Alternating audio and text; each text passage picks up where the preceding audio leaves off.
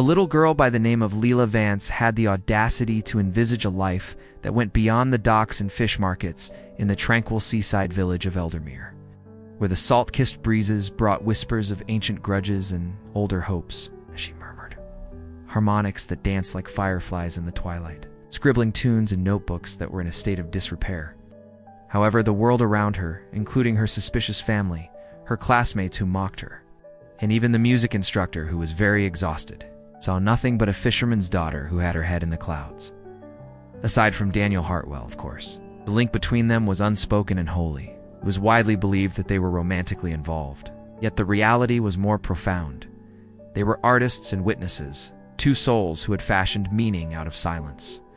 She was the phoenix, Leela Vance, and she would rise to the occasion, even if it meant destroying their relationship. On the other hand, Daniel, the reality was not lost on him. Not only were the lyrics his, but they were also his private remarks, taken from notebooks that she was never supposed to view. Now, with a sneer that did not reach her eyes, she said, "With the exception of you, Daniel, that has always been the case.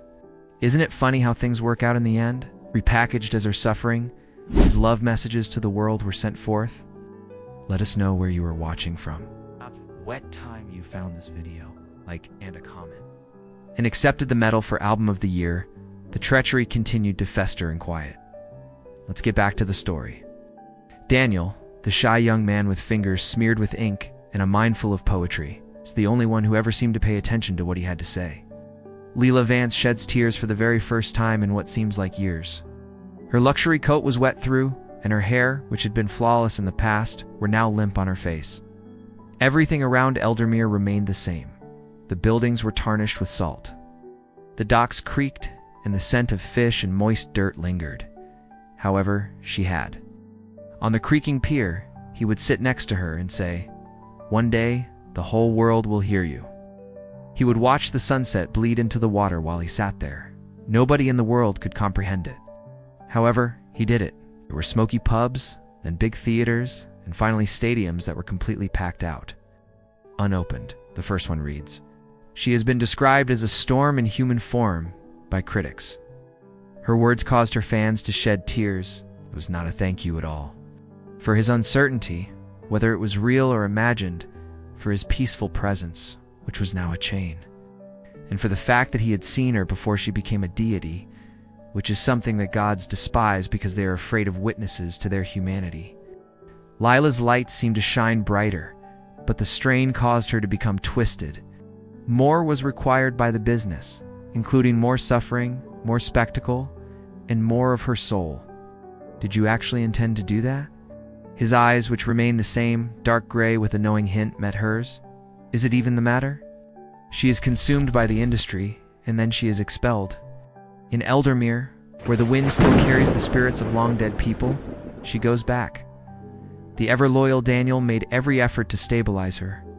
You don't have to give them everything, he would say under his breath. It was her old handwriting that covered the pages, and it had songs about the ocean. It's about yearning, and about a young man who had faith in her. Daniel was her first believer, her confidant, and the kid who had seen her before she had ever seen herself.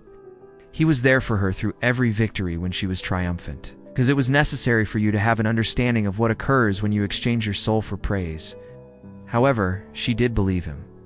Leela, are you still able to distinguish the music? The years went by.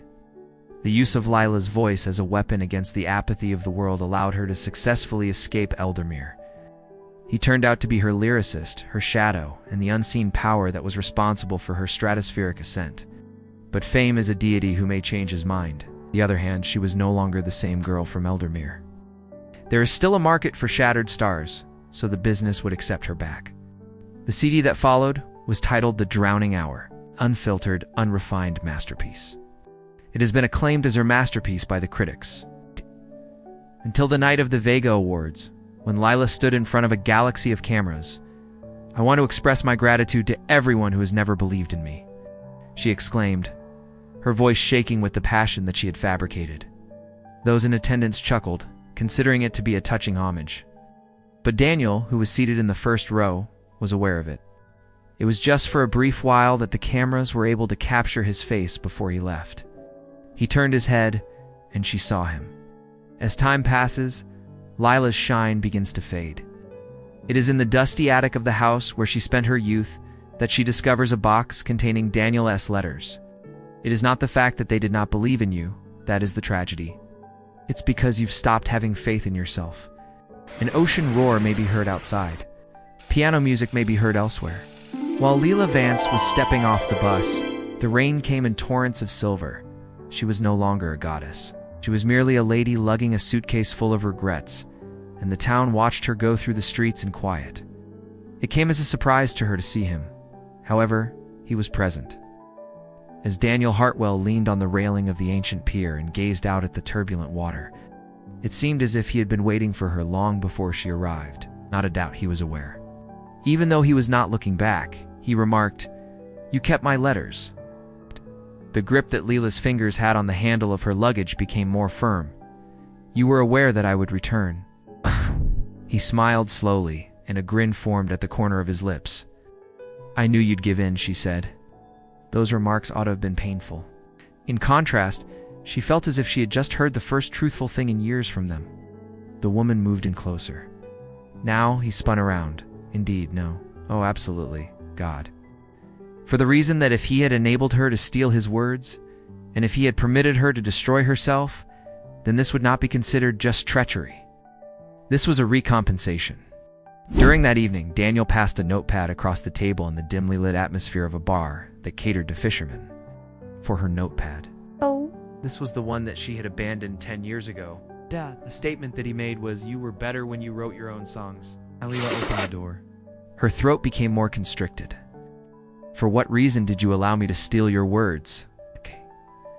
Daniel sat back and shook his whiskey between his fingers. Just a pause. "Next, and did I?" she said in a low voice. For the first time in what seemed like years, he glanced at her, and he looked at her attentively.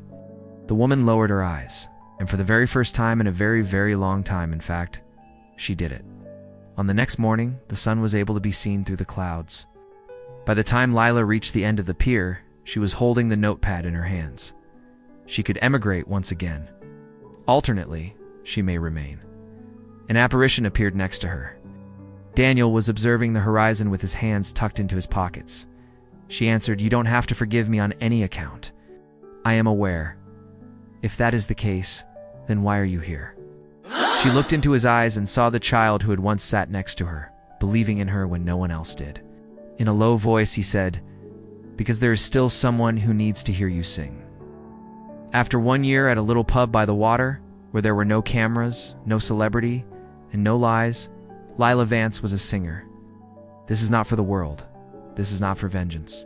However, for her own benefit. Also, Daniel Hartwell, who was located at the rear of the room, grinned.